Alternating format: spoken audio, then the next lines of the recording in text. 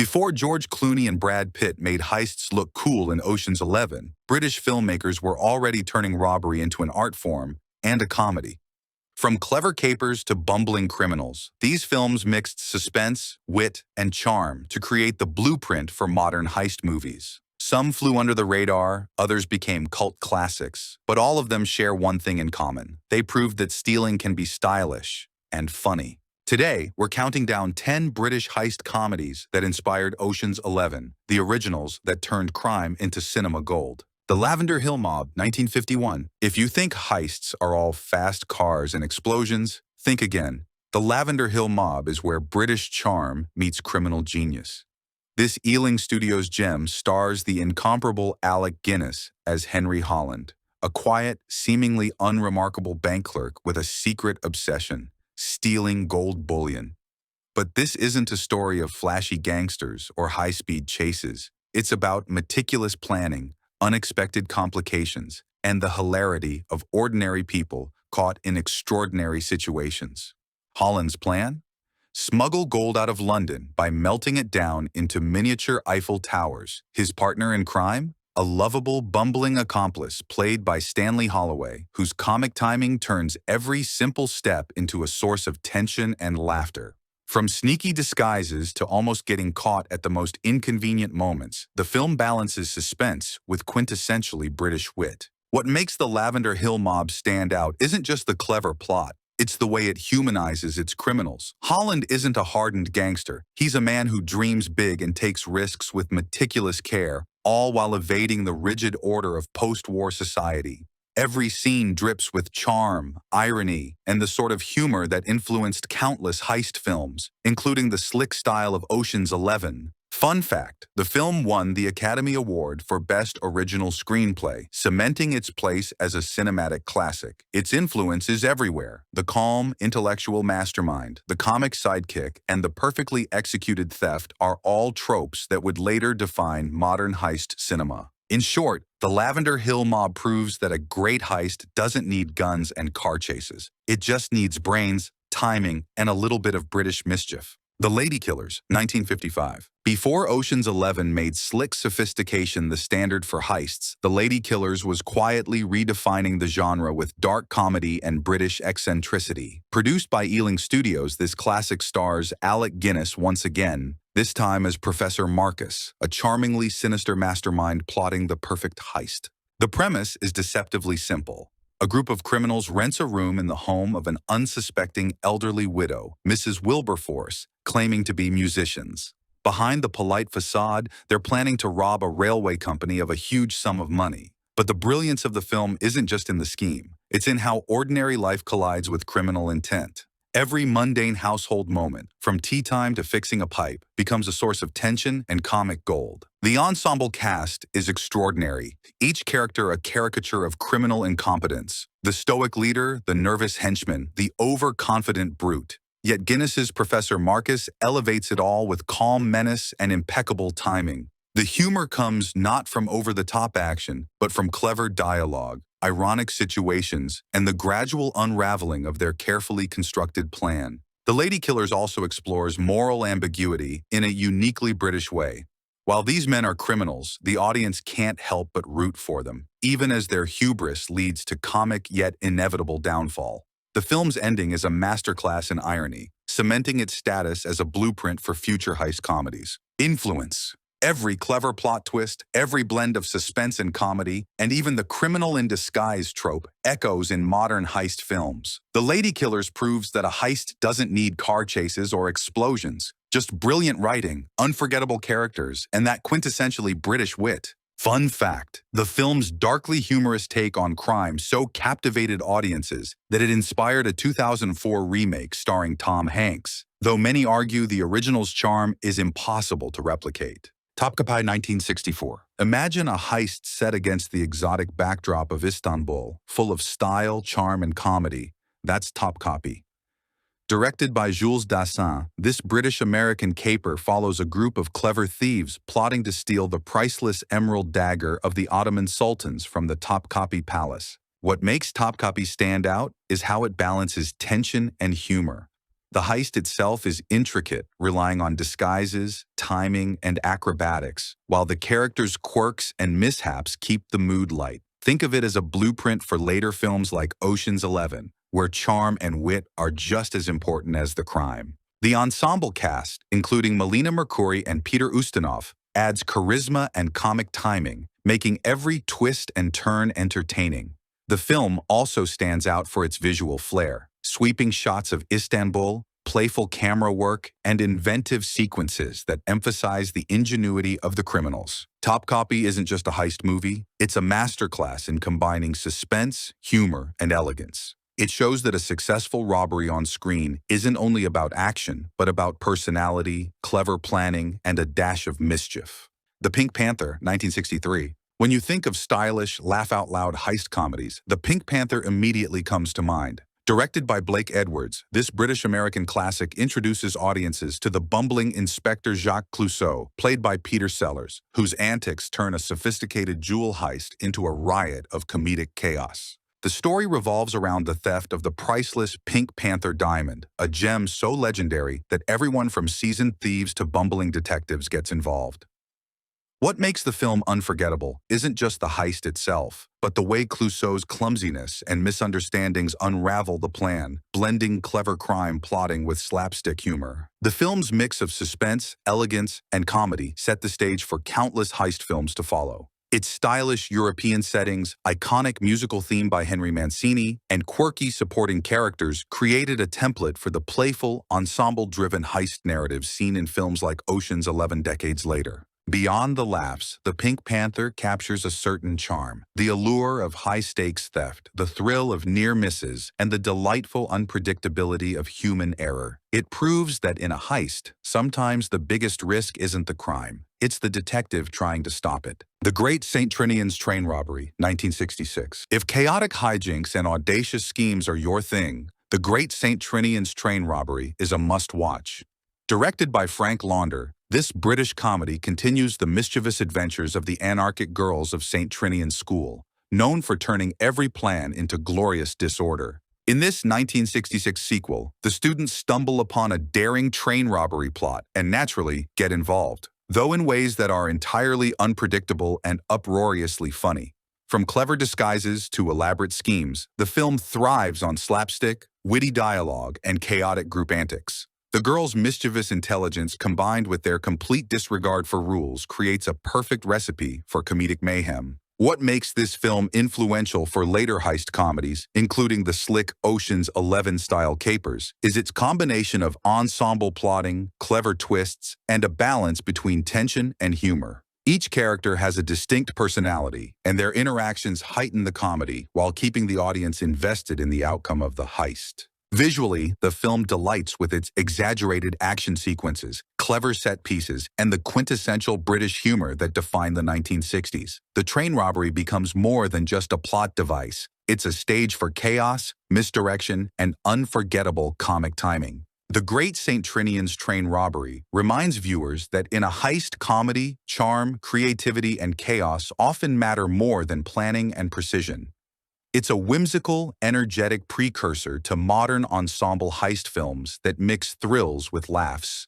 Heavens Above, 1963. Heavens Above is a sharp British satire that cleverly blends social commentary with comedy, and it's a hidden gem in the heist-adjacent, scheme-driven film world. Directed by John and Roy Bolting, the film stars Peter Sellers as Reverend Smallwood, a well-meaning clergyman who is sent to a deprived town with the task of improving the residents' moral and economic lives. Though not a heist film in the traditional sense, Heavens Above earns its place in this list because it revolves around schemes, clever manipulation, and the chaos that ensues when idealism meets the gritty reality of bureaucracy and human nature. Sellers' performance is a masterclass in comic timing, blending innocence, frustration, and subtle satire that exposes the absurdities of societal structures. The plot spirals as Reverend Smallwood becomes embroiled in a series of absurd situations. Mistaken identities, social experiments gone awry, and bureaucratic red tape, all of which create a series of morally charged, laugh-out-loud scenarios.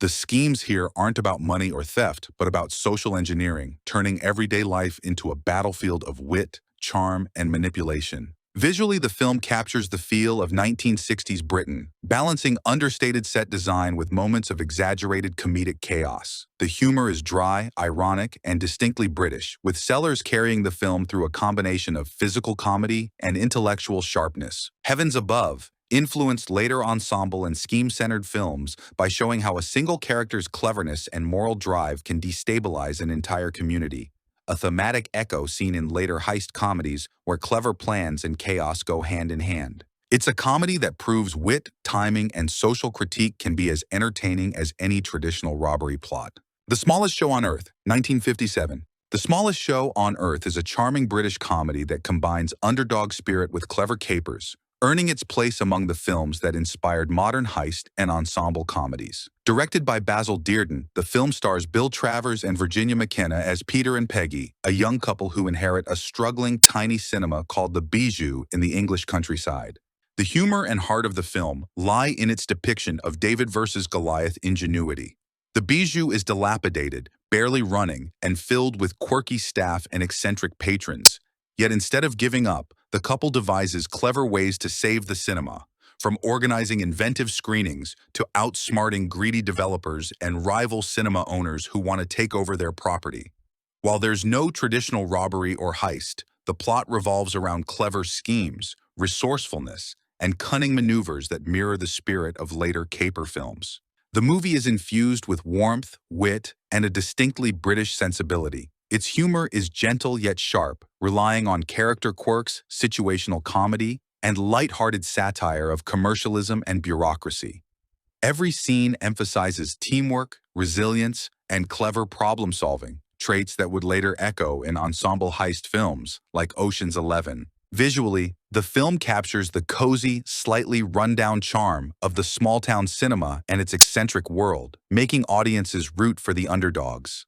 The supporting cast, including the hilariously stubborn projectionist and the chain-smoking manager, adds layers of comedy and humanity, ensuring that every scheme, small or large, feels grounded and heartfelt. The Smallest Show on Earth is a celebration of ingenuity and perseverance, showing that even the smallest players can stage big wins through clever thinking.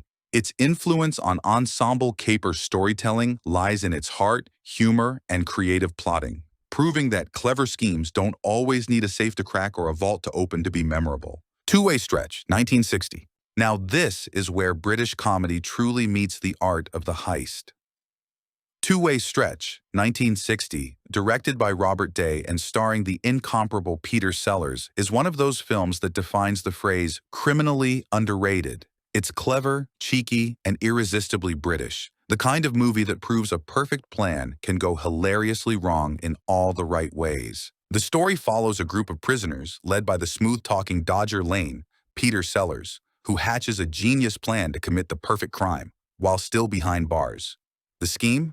Break out of prison, pull off a jewel robbery, and then sneak back into prison before anyone notices they're gone. It's the ultimate alibi and one of the smartest comic setups in British film history. The brilliance of Two-Way Stretch lies in its tone. The humor isn't loud or slapstick, it's subtle, witty, and full of that dry British charm. Sellers delivers one of his finest comedic performances, mixing charm with mischief and supported by a flawless ensemble that includes Lionel Jeffries as the no-nonsense new warden who unwittingly becomes part of the game. Every scene sparkles with irony and clever timing. The banter between prisoners feels authentic yet delightfully absurd as they plot their way out using everything from disguises to perfectly synchronized timing. It's a story that laughs at authority while celebrating ingenuity, a theme that would later define the Ocean's 11 franchise. Beyond its comedy, the film also works as a satire of bureaucracy and the British penal system, poking fun at how rules and routine can be manipulated by clever minds. The precision of the heist, the camaraderie among crooks, and the suave orchestration of chaos all echo the spirit of later ensemble capers. Though it never reached the international fame it deserved, Two-Way Stretch remains a masterclass in witty heist storytelling, stylish, smart, and far ahead of its time. It's the kind of movie where you can't help but root for the criminals. And maybe, just maybe, wish you were clever enough to pull off a plan like theirs. Crooks Anonymous, 1962. Crooks Anonymous, 1962, is a delightful and underrated gem in the realm of British heist comedies, blending slapstick charm with clever social commentary. Directed by Ken Anakin, this film takes the rehabilitated criminal trope and turns it into a riotous, laugh-out-loud caper that predates and inspires many of the ensemble heist dynamics seen in later films like Ocean's 11. The story centers on Henry, a charming yet hapless career criminal who finds himself reluctantly enrolled in a reformation program for habitual thieves, the Crooks Anonymous initiative. The goal is simple: turn criminals into law-abiding citizens. But old habits die hard. Despite earnest attempts to reform, Henry and his fellow participants are constantly drawn back into schemes and cons, often resulting in hilariously chaotic situations that underscore the impossibility of completely escaping a life of crime. What makes Crooks Anonymous so memorable is its perfect balance of comedy and commentary. The humor is quintessentially British, dry, witty, and full of situational absurdities, but it never loses sight of the character's human flaws and ambitions. Leslie Phillips delivers his signature charm as the sly and cunning Henry, while Stanley Baxter and Julie Christie provide delightful supporting roles, adding layers of mischief and charm. The heists themselves are small-scale but clever, showcasing ingenuity over brute force. From elaborate distractions to perfectly timed misunderstandings, the film revels in the clever orchestration of chaos, highlighting the meticulous planning and teamwork that make the caper genre so appealing. This subtle attention to detail is what connects Crooks Anonymous to the slick ensemble heist films of the 1960s and beyond. Though it never reached blockbuster fame, the film's influence is clear. Its mix of comedy, character-driven plotting, and the gentle mockery of authority figures paved the way for later British heist films, where charm, wit, and ingenuity triumph over sheer violence or spectacle. Crooks Anonymous is more than a forgotten comedy. It's a showcase of British wit, clever plotting, and the irresistible allure of the lovable rogue. A must-watch for anyone fascinated by how humor and heists can perfectly collide on screen. The League of Gentlemen, 1960. The League of Gentlemen, 1960, is a quintessential British heist comedy that combines wit, charm, and suspense, earning its place as a precursor to the stylish ensemble capers that would later define films like Ocean's 11. Directed by Basil Dearden, the film takes a clever twist on the classic retired or aging criminals pulled back for one last job trope, turning it into a meticulously plotted and highly entertaining caper. The story revolves around Colonel Norman Hyde, a retired World War II officer who masterminds a complex bank robbery to avenge the destruction caused by a corrupt bank manager during the war. Instead of lone wolves, Hyde recruits a team of eccentric, skilled men, each with a unique specialty, to execute his plan. From the smooth-talking con man to the meticulous safecracker, every character contributes to the clever orchestration of the heist, and their interactions provide much of the film's humor and charm. What sets The League of Gentlemen apart is its blend of tension and comedy. The heist sequences are precise and suspenseful, yet punctuated by the quirks, disagreements, and comic foibles of the team. This balance makes the story engaging on multiple levels. You're invested in the success of the robbery while laughing at the absurdity of human behavior under pressure. The film demonstrates that cleverness, strategy, and timing can be just as thrilling as high-octane action. The ensemble cast shines, with Nigel Patrick leading the group with subtle authority and poise. The supporting characters, including the colorful and slightly bumbling members of the gang, add depth and humor, showcasing the charm and wit of classic British cinema.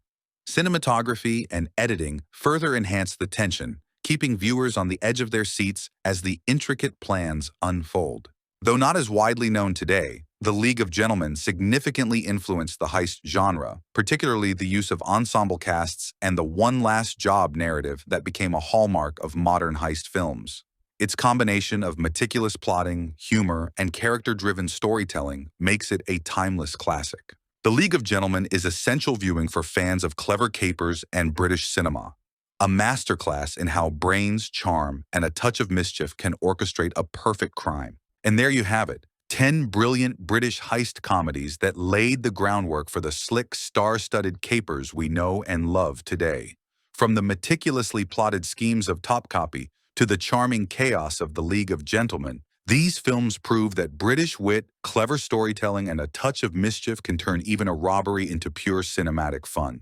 If you've only seen modern heist movies like Ocean's 11, diving into these classics will feel like uncovering a hidden treasure trove of humor, suspense, and unforgettable characters. They remind us that before the glitz and glamour of contemporary capers, the foundations were built with charm, cunning, and a whole lot of British humor. So, grab some popcorn, settle in, and let these forgotten gems show you that sometimes the best heists aren't just about money, they're about style, cleverness, and leaving a trail of laughter behind.